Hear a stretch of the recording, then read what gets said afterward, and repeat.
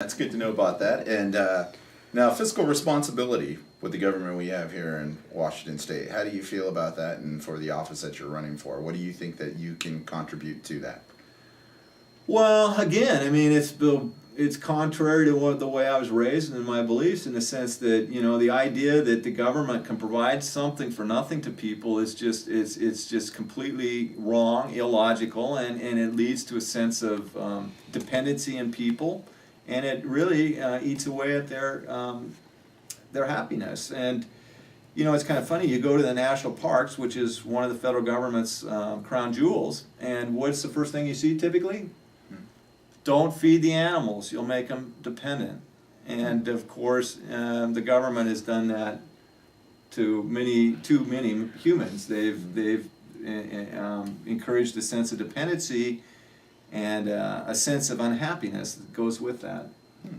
Now, do you consider yourself a constitutionalist? Absolutely. I mean, what people don't understand is the Constitution represents the distilled wisdom of the most brilliant political thinkers in this country's history.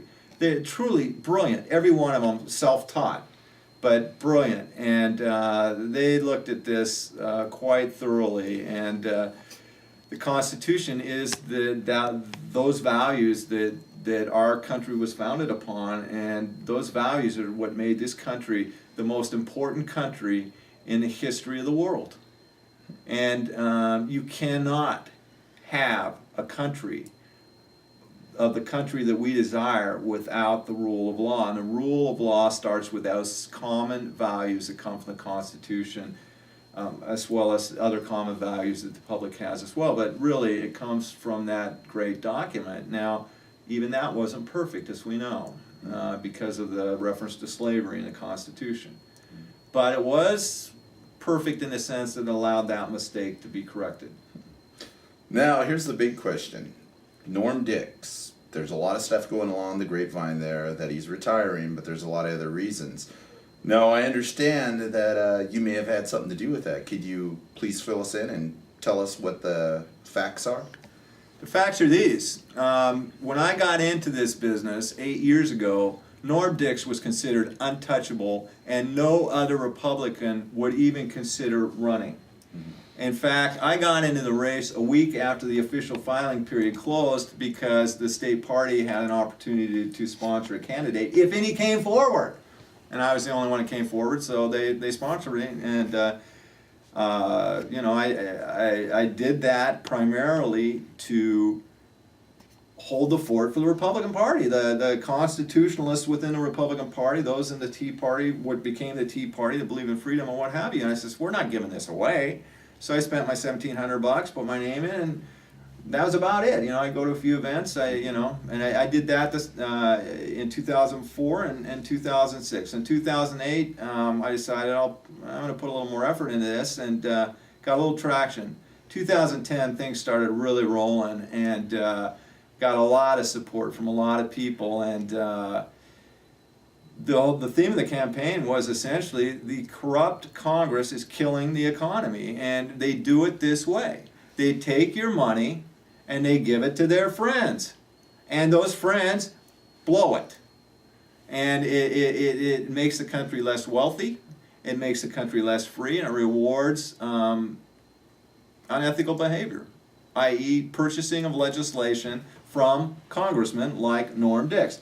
And I made that a big issue, and I pointed out the malfeasance involved with him funneling money to various campaign contributors, to his family. And man, he didn't like that. And he knew it was only going to get worse, because after the election I filed, during the election I had made a request of the Department of Justice to release his files that were compiled by the FBI in the investigation of a tremendous lobbyist scandal called the PMA scandal. Norm Dix took $566,000 from this PMA group in what amounted to illegal campaign contributions. And in return, the congressmen who took those were almost without exception, funneling earmarked contracts to PMA clients.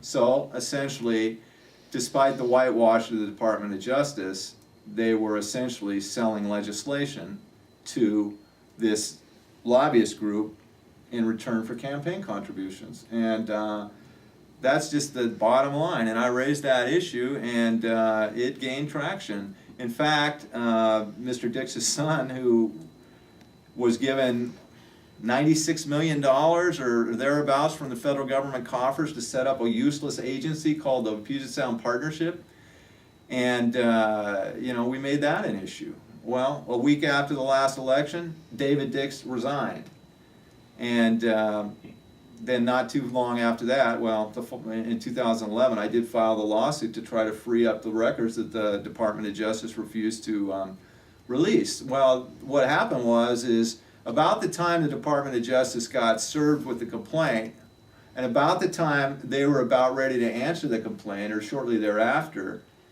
Norm Dix decides to pull the plug on his career.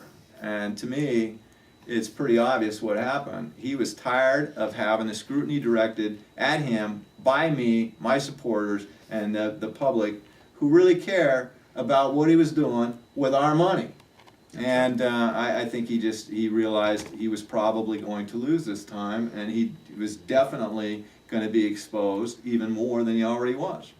And he can say whatever he wants. He claims he retired because he had a neck injury. Well, if he had a neck injury, that neck injury was caused by the pain in the neck that I became. Now, if people want to get in there and support you and be there for you and stuff there and help you out with your campaign, where can they reach you at? DougCloud.com is the best way to get a hold of us. You can also directly email me at doug@dougcloud.com if you like as well. Great.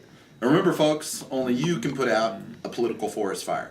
And thank you, Doug, for coming on here, and good luck. Thanks, Carl. Thank you. I appreciate it. It's really great to be with all these great patriots, really. That's what it is. It's patriotism. It's the urge to take control of your life.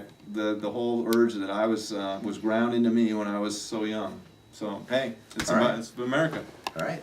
Thank you. Thanks. All right.